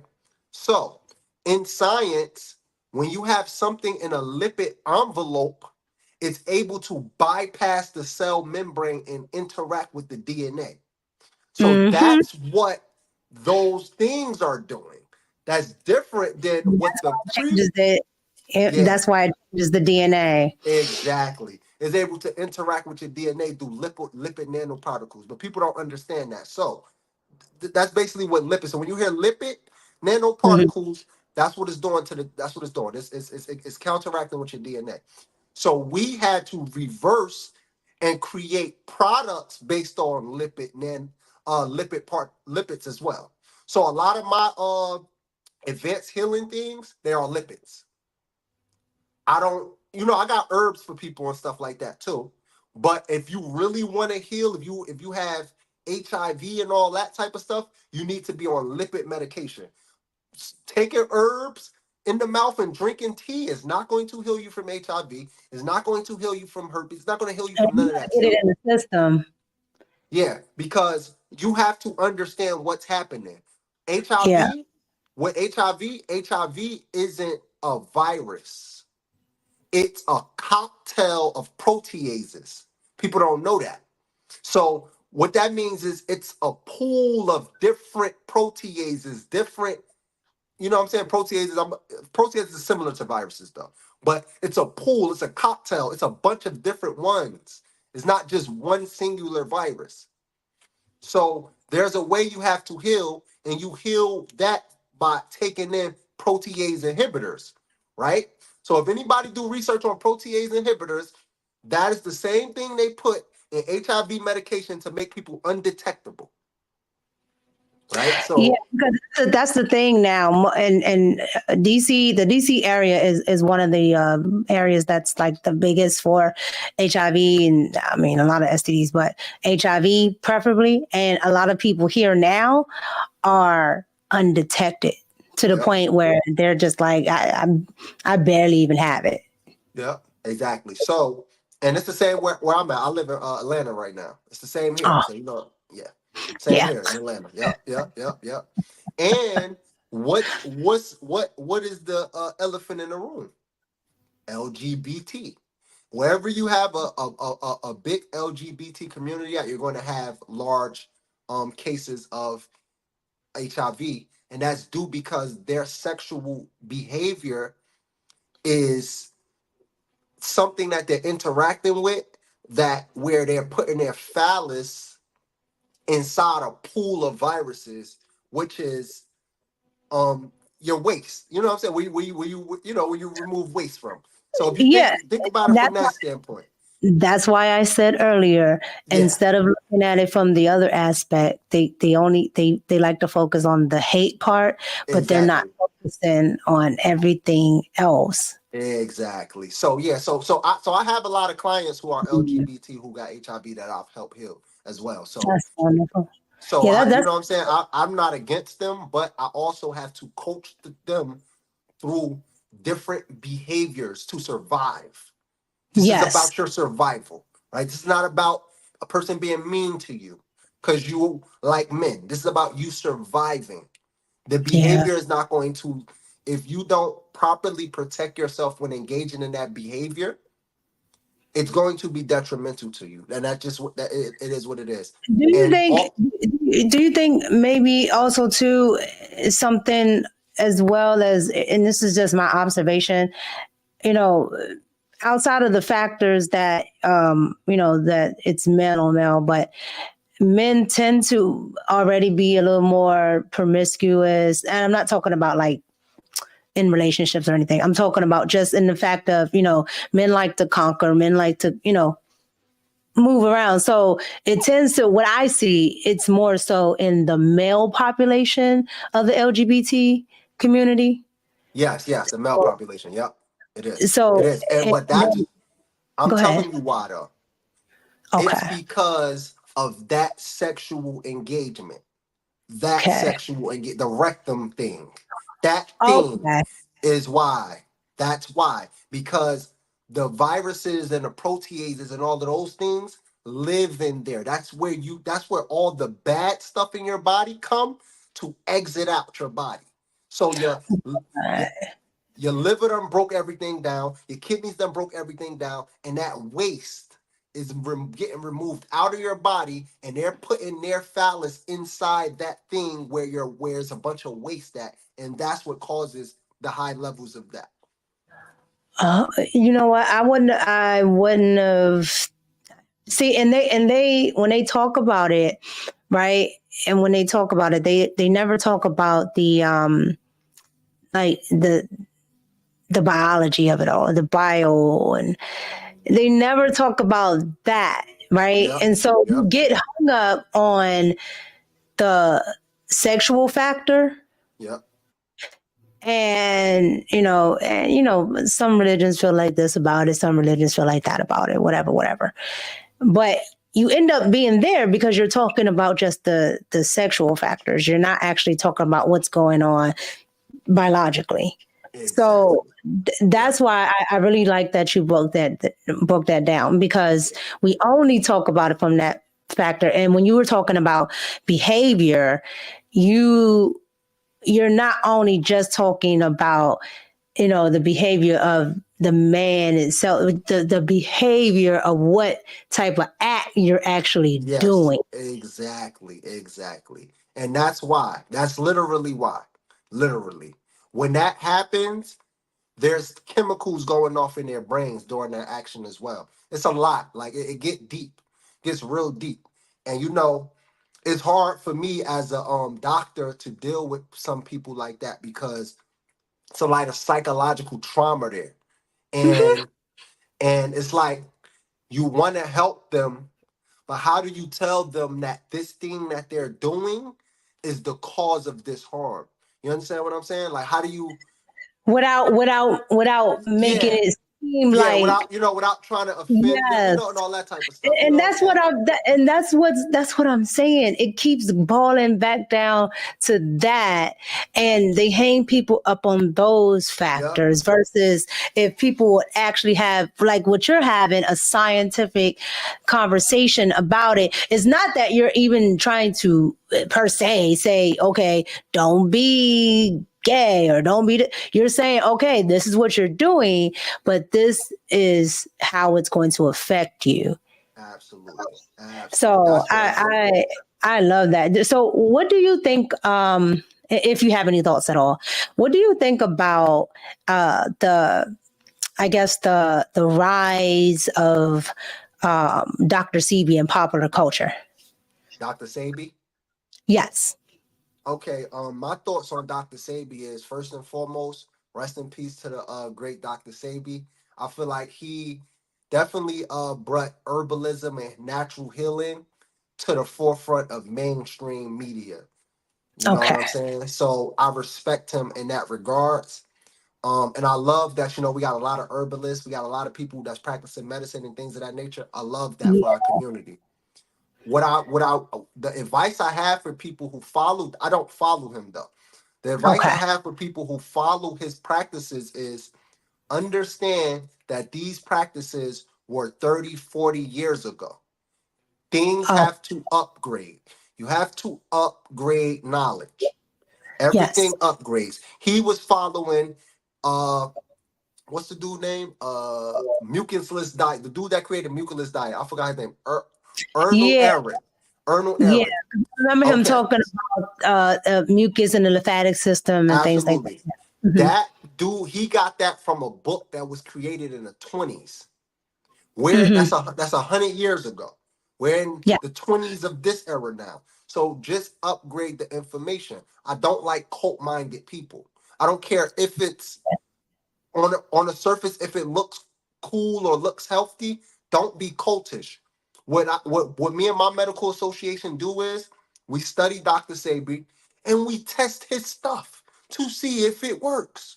That's all you have to do. Don't be a don't make it a religion though. You know what I'm saying? Yeah. They're making the herbalism a religion, and they're going off belief versus just test it. All you have to do is test these herbs and see if they work. You don't have to believe in the herbs. Test them and see if they work. It's that simple. So I love Dr. Sabi. I love just the whole awakeness and the consciousness that he brought. Um, Yeah. and it wouldn't be no me without him. You know what I'm saying? So I'm gonna always pay I don't homage. know why people would get, upset like that anyway, because right, like you have things like Socrates, right? And then you keep going and going and going and going and go, and even to modern day, you get into modern day medicine. A lot of people are okay with modern day medicine. Well, this is different than what they did in the 50s, what they did in the 20s, what they did Exactly. time. So it's no knock to Socrates, right? But you don't live in his time. Exactly. So things need to, that's all. So I come from the standpoint of, we don't do cult minds. We Okay. do free thinking in every aspect of everything we do. And as you can say, we went through multiple different topics today. So you see, I'm just a free thinker Yes. overall. And Yes. and even with health, I'm a free thinker. So I'm not going to sit here and tell people not to eat meat. I'm not going to do that. Why? Because I've tested and healed clients who ate meat. I tested and healed clients who ate meat. So I can't go off a fad. You understand what I'm saying? I got to go off the things that I've seen and I've proven. Now, you can't just eat any meat. No. But you can't just eliminate all meat ever just because a person's. No, you got to test that stuff. You know what I'm saying? So with your expertise, do because I fall into that. I was a vegan, like a vegan for like Okay. maybe about 4 or so years, and then I got sick like really sick one time, and I don't think it had anything to do with veganism, but I got really sick one time, and then I just kind of end up rolling back into just natural habits of society. And so, but still to this day, I don't really eat meat. Like every now and then I have like chicken, maybe. Do you think there's something to the whole veganism, or does it really matter as long as you can detox from it? So first and foremost, I want to ask you a question. What Okay. makes you feel like you wasn't sick from the veganism? What makes you come to that conclusion? Um, I'll say this. I don't think it was veganism per se. I will say that I think being a vegan, I probably didn't get all of the, vitamins and things that I should have been getting. What I would say is it did play a role. And Okay. I've had multiple clients who are vegan and they come to me sick. This is reality. There you go. I was Not sick. not about trends. I know people want to think that vegan is this. Definitely on a trend. I can say I was definitely on a trend when I did it. Absolutely. And I just dived into it, and then just one day I just got really sick. Yes, absolutely. Because in order to be healthy, so you asked the question, does it matter if you're vegan? Does it matter if you're not vegan? This is how I say, this is how I look at it. Okay. No, don't put harmful things in your body. Do not do that at all. Whether you could detox from it or not, just don't do it. So that's my first point. I don't agree with people putting harmful things in their body at all. Okay. But that doesn't entail that all meat is bad, though. So just because you're eating meat doesn't mean you're putting harmful things inside of your body. So what I tell people to do is you have to make sure that you're getting all of your, this is how you become optimal. Like if anybody follow these directions right here, you'll be super duper optimally healthy. This simple. Okay. You need all of your amino acids. You need all of your vitamins. You need all of your minerals, and you need your omega-3s. If you get all of those 4 things, and I'm talking about calculate them, see how much you taking in per day. Eat these fruits with these vitamins in it. Make sure you're getting minerals in it because a lot of fruits don't have a lot of minerals in it. So make sure you're using things like sea vegetables to get these minerals in you. You know what I'm saying? And meat has way more minerals than veganism. So you're going to get way more minerals. For example, if you eat bison to get iron versus if you eat a plant to get iron, remember what I told you about lipids, right? What are lipids? Fats, Yeah. Which means that if you're eating that meat and it has iron in it, it's going to be way more absorbable for you due to it having lipids in it for your DNA than if you used to be eating this plant, because the envelope the plant is in, you can't even absorb the iron properly. See, people don't know that. These are the conversations we need to have. Yeah, so like so I'm a big spinach eater. Like I love spinach, and I know spinach is supposedly, iron. It A robs your wonderful. body of iron. Huh? Did Say you that hear again. that? You said it Say that robs your again. body of iron, or you said it has iron in it? It's supposed, from what I've heard, it's supposed to have so much iron in it, right? Okay. But yeah, one of the reasons why I was sick is because I was iron deficient. Exactly. Because the spinach was robbing your body of iron. Let me break that down now. See, it get crazy. It get crazy like when you start to learn this stuff. Spinach has something called E. coli in it. Oh, I know what that is. They actually they imprinted a lot of Savoy spinach. So if you eat Savoy spinach, it has E. coli in it. And that steals iron from your body.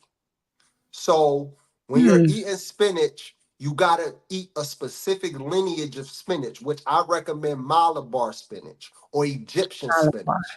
Okay. Malabar or Egyptian spinach if you're going to eat spinach. Savoy Okay. spinach, do not eat it, and especially don't eat it if it ain't organic, right? So, Okay. and then kale robs your body of nutrients as well. Oh no, All not of kale. Look, all of these things. Look, you can eat kale, but I recommend dinosaur kale. If you're going to eat Dinosaur. kale, eat Mm. dinosaur kale and cook it. Okay, so why do you say that? What? Cook it? No, dinosaur kale.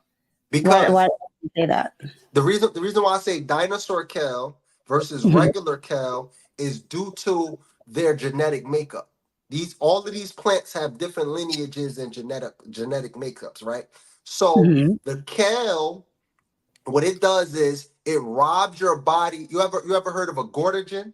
A goiter, people be having goiters on their thyroid. I've never heard of that, but go ahead. Okay, yeah. So kale is a goitrogen, which Okay. means it robs minerals from your thyroid when you eat it. When you eat it and it's not cooked. And a lot of plants do that because plants don't. A lot of plants don't want to be eaten. Just like us humans don't want to be eaten, these plants are sentient beings as So it well. gives off like pheromones like when and I just learned this from my grandmother. So like when the natives used to go and hunt, it was a certain way they would hunt because if the animals felt a certain way, and I think it came to light during maybe the 90s with the mad Yep. cow and things like that. So is it Yep. similar to that? Yes. Yes. It's similar to that. These plants don't want to be eaten. They don't want to be eaten. So they build this wall, and this wall that they create, if you eat their stuff, it can poison you because they don't want to be eaten. So they build this defense mechanism, and if you eat that, if you don't cook it to break that up, and you just eating it, it can get you sick. It can Oh, get you well, sick. there you go. That's why Yeah. I was sick. When I tell you I was sick, I was sick. I was like, oh my God. And the crazy part is, I'm really big on health and fitness. Like I stress that like I wake up extra early. I beat everybody up in my household early just so I can go and, meditate and exercise and things like that. So I'm like, yeah, I'm not, eating all this bad food, and And you was confused. You like, what's going on? I'm doing all the right stuff. What's going on? I'm like, Yep. I'm done. I don't know what's happening because I'm doing it. Like, what's Yeah.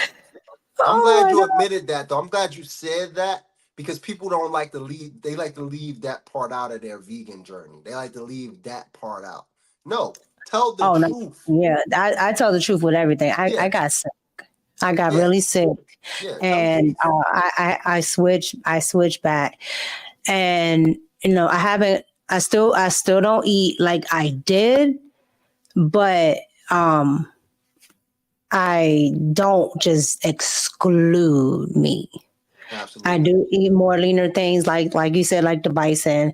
One, because I'm still a girl. I look at the little calories and stuff, and a bison burger is way less calories for a lot more meat.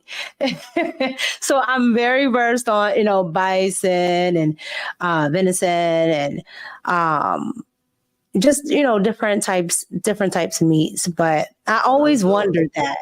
Like I Yeah. always wondered that. I'm like, God, I was really sick. Yeah, eat bison. I recommend if a person is on here right now watching this Hmm. and you so torn like how she was, like I want to be healthy, but I got this meat craving or the veganism is making me sick. This is what I recommend that you can eat. Clean meats that's good. Just cook them at a good temperature. Don't cook them higher than I want to say 250. Let it cook slowly, right? So I recommend bison. Like she said, bison is wonderful. Why? Look at a bison. If you ever look at a bison, a real bison, not a Hmm. buffalo, a bison, Then look at a cow and you tell me what's the difference. The major Neither. thing you're going to see is a bison has woolly hair. Mm. If you cut the bison, if you cut the fur off, you're going to see black.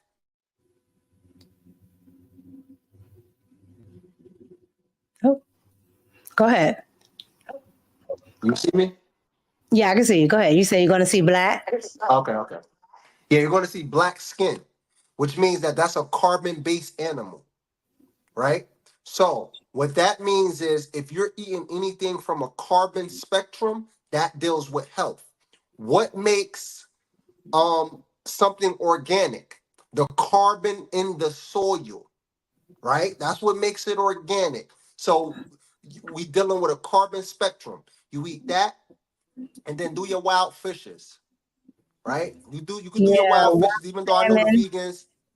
Yeah, the vegans go hard about do your wild fishes. They're very nutritious. They have a lot of minerals in it. Yeah, Now I don't recommend catfish. I don't recommend tilapia. I don't recommend. definitely don't like tilapia. Well, one, I don't Yeah, like how it tastes, but two, tilapia is like they eat everything. yeah. Like Tilapia, yeah, it's it's disgusting. almost like I used to be a big fan of shrimp. And I guess something new. I was on my health journey because I out of nowhere became allergic to shrimp. Wow, Just out of you. What age?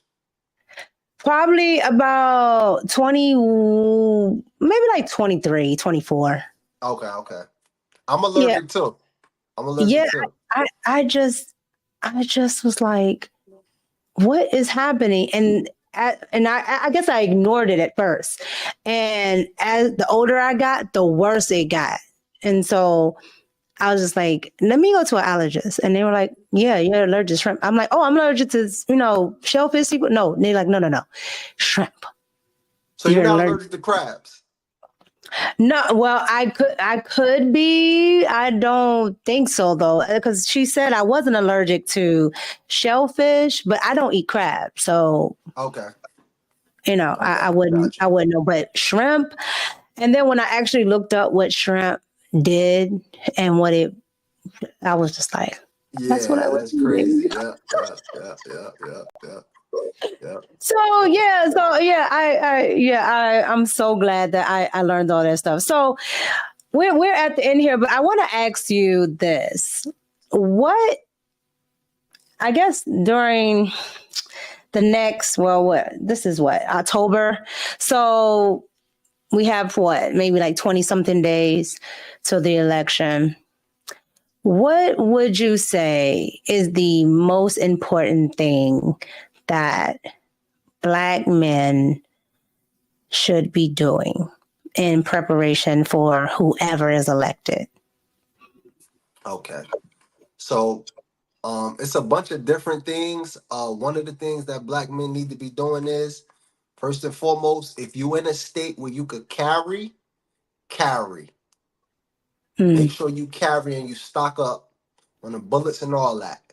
Make sure you got that down packed. That's the first and most important thing that you need to be doing.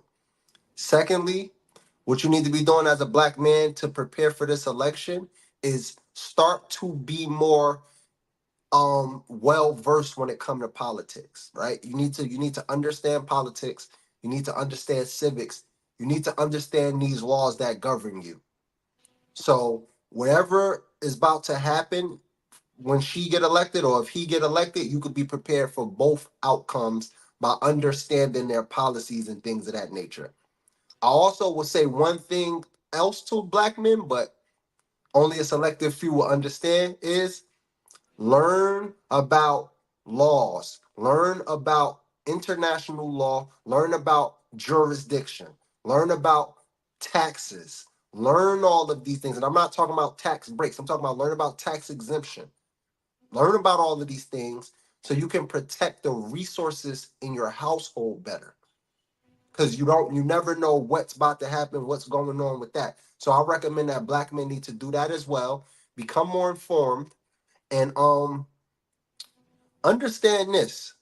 These people are not playing. They're playing for keeps. You need to understand that. So when I say jurisdiction, why am I saying jurisdiction? Because if you're in your own jurisdiction, they can't draft you to they can't draft you to the army if you're in your own jurisdiction. That's the power of it. So don't underestimate that, because you might not know what it means. And you could definitely tap in with a brother like me, and I could get you acclimated on what that stuff means. But it's serious. And start Yeah. running for office. As black men, we need to start running for office. As black men, we need to get involved in local politics. All of these things, we need to start to make our voice more assertive in these spaces. I'll ask you that with that. What do you think of, because I always like to end with a couple of little pop culture things. What did you think of Brian Donalds being on the Breakfast Club? Now, I know some people, are like, I don't like Republicans, whatever. But I thought it was just so, it was like they were on the attack just because he was Republican. But I'm like, this is a black man who's sitting up here trying to tell you how the laws operate for you. He was even talking about, what do you call it? What is that called? Because I had it written down here. He was talking about how to, in economics, how to actually go and get certain, well, I guess how to actually get certain wealth funds and not actually go to the banks, like the big banks like Wells Fargo and all that, but actually go and to your community banks. Yep, community banks. Yep. And how to circumvent that. I had that written down here, but he was talking about like all of that stuff, and they just kept cutting him off. And a lot of people kept saying, well, it's because he's a Republican, but I don't think it was because of that. I think they were cutting him off because he was actually trying to give information. Absolutely. And so where you were just talking about local elections, do you think that it will be beneficial for black men, whether they're Democrat, Republican, Independent, or whatever, to actually start going to certain spaces where black men are and spreading information? Because it seems to be an attack on information. Absolutely. And I agree. I seen the interview. I loved it. He schooled them. And then when he said that she was the top breaking vote, they hated it. Because Angela was about to say, that's a lie. He said, that's a lie, Angela. Is it a lie? Yeah. He didn't say that. I'm like, okay. Simmer down. So definitely. I feel like it's a war of information. That's pretty much what all of this about, is this information. It's an information war. One more thing though. You said what the black men are Republicans. Leave that Democratic Party, black man. Leave them. Yes. Leave them. They are not for you at all. The only people we need to be allying with, we only have one group of people that's our allies, and those are white Republican men. That's it. I'm not going to say white Republicans in general. Those are our only allies. You could call them racist. You could call them what you want.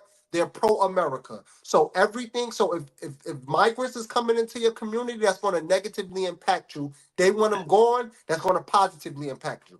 Period. So that's my advice. Boycott the Democratic Party. We don't need to be rocking with them anymore. No longer.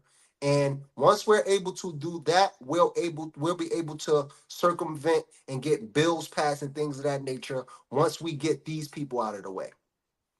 I would love to have you back on for like a whole discussion on civics, because for some reason, I hate having to have this argument of this is a republic. Like, I know, especially for you millennials, okay? If you're born anywhere between 1987 and 99, you did. I pledge allegiance to the flag, right? Okay, you had to do that in school. And it said to the republic. I don't care if you don't know nothing else about civics. It said to the republic. They're like, well, it's a democratic republic. No, it is not. It is a republic. That's why you have Republicans. So look, so this what we can do. I'm gonna ask your audience this question, and I will pay you. I will pay anybody in your audience right now. The supreme law of the land is what? The Constitution. That's the supreme law of the land. Show me where it says democracy in the Constitution. I give you 10 bands. Show me where it says democracy in the Constitution. I give you 10 bands. Oh yeah, I'm gonna push that forward because I wonder where they're gonna find that at. Hell, I might have to throw some in there. Real talk. Because like you can't. Where you gonna find it at? exactly. So this is like you said. This is a republic for which it stands. Just like you said, you pledge allegiance to the republic. This is not a democracy at all. And it's that for a reason. That's why it's true what they're saying. Donald Trump is a threat to democracy because exactly. Yeah. he's a Republican. And when they say that, I'll be like, yo, do people get what they're saying? They're saying, yes, he is. He never says the whole sentence. He said, no, they're the real threat. He never says no, they're the threat to democracy. He says, no, they're the real threat because he understands what this is. Right. And, like I said, we're going to do a whole thing on it. But people, and I'm into pop culture, but I'm like, y'all worried about Diddy when that same week that all that stuff happened with Diddy, the UN was over here. And I'm in DC. They always down here. The UN was over here voting for world government. Exactly. Yep. So I'm like, y'all gotta be more balanced. Y'all gotta be able to see, be able to look at the jester, but not get caught up. Because you gotta unplug sometimes. But if you so busy looking at the jester over here, where everything is being decided for you. And that's why we need people like you in the space, in the community. We need brilliant women like you to push these type of conversations forth. That's what we need. We need more women like you. I already tell everybody when I say this, y'all are the ones that's going to take our community back. Y'all are the ones that's going to take our culture back at the end of the day, because y'all are standing for things and y'all are going against a grain that's hard to go against right now. Like, y'all are going against that sisterhood stuff? You want to know something really quick? The people in the comments, they kill me the most because they be like, "Ooh, the sisterhood gonna get you." Yeah. So and I just be like, no, and like I'm on TikTok. They be the women. They be ripping me on TikTok. It'll be like maybe 40 women just ripping me, and then a flood of maybe 5 to 10 and be like, "You go, girl." Yeah. And then here come another flood. But you know what? I don't mind it because, and this is why I bring people like you on, because I've always been a stickler for information. I'm one of those ones. Back in the late 90s, we used to have this cartoon that used to come on, and it would be like, why? The little boy on it would just say, why? I'm that person, right? I'll ask, why? Well, why? Well, why? And, I'm glad that I had parents that supported me asking why versus shut up. Like, stop asking me that, because it made me very inquisitive, right? And I took everything that I learned in my own life and what I learned outside of my parents' household. And I just looked at everything and said, well, how can I get the same results that, my parents and my great grandparents and so on and so on got in this type of environment? And I don't find too many, but the ones that I do find, I want to share the information. Even if I don't know it, if it could even go against, what I quote unquote believe, because I always say I don't have an actual religion, right? If this is the information, I take the information, but information changes. Absolutely. Right? The foundation can be the same, but the information changes. And I never want to get stuck to something, which I think most religions are. Right? You're stuck to it to where you can't maneuver when the information changes or when, the situation changes. So I always look for those type of people. And I really think you're that type. You're that person, because I've watched your growth. Like, I've watched it from when you only had a couple of followers to all the way to where you are now in the 100Ks. So I've watched it, and it's because people saw through the BS that they were spitting on social media, and when they were actually censoring people. And now that it's coming out that, Mark Zuckerberg said, yeah, we were censoring people. Absolutely. But you were a part of that group that was just telling the truth, and you still do, and you have great information. So if you guys don't know who he is, again, check him out. He is on, actually, I'll let you give all your information so they can check you out on all the platforms. Okay, for sure. Yeah, so I'm currently, my main platform is Instagram. You can follow me at Jah Brickz with a Z. That'd be JAHBRICKZ. I'm also on Facebook as well, Jah Brickz. If you just type that in, it should come up as well. And that's pretty much the two main platforms I'm on. I'm going to start getting onto YouTube, like I was talking to you about, like YouTube, the wave. So I'm definitely going to start tapping into YouTube, Twitter, all of these other platforms. But you can pretty much find me on Instagram and Facebook for now. And like I said, just hit me up, chop it up with me. You can email me, and we can start getting the conversation going in the right direction for our people. If you have any questions on tax exemption and stuff we talked about, just holler at your boy. I'm very approachable. You can hit me up. You can holler at me. We can make something happen. Yes. And again, you guys, information is wealth. Absolutely. You can always lose money. You can always make more money, but you can't do nothing if you don't have the information. So I appreciate you coming on my platform and spending 2 hours talking with me. And I'm a girl. I get talkative, but you being able to come on and talk with me. And again, I can't wait to have you back on, especially to talk civics, because I know you know what you're talking about. So again, thank you for coming on. I appreciate you. Thank you for having me on. Thank you for having these type of conversations. Thanks for thinking outside of the box. Keep pushing the culture forward. You know what I'm saying? Ever since I followed you back and I was checking out what you're doing, I've been rooting for you, and the endeavors and things you had going on, or whatever the case may be. And I just love to see that type of energy. You are a light. It's a lot of darkness out here, but you're a light in that darkness. So keep shining, keep doing what you're doing, keep going against the grain. I appreciate you for inviting me on your platform, and we definitely gonna talk again soon. Thank you. All right, everyone. Again, like, comment, and subscribe. Follow Jah Brickz on all his social media platforms. And it's your girl, Micca. Thank you for watching the Red Cup Talks. We're out. Peace.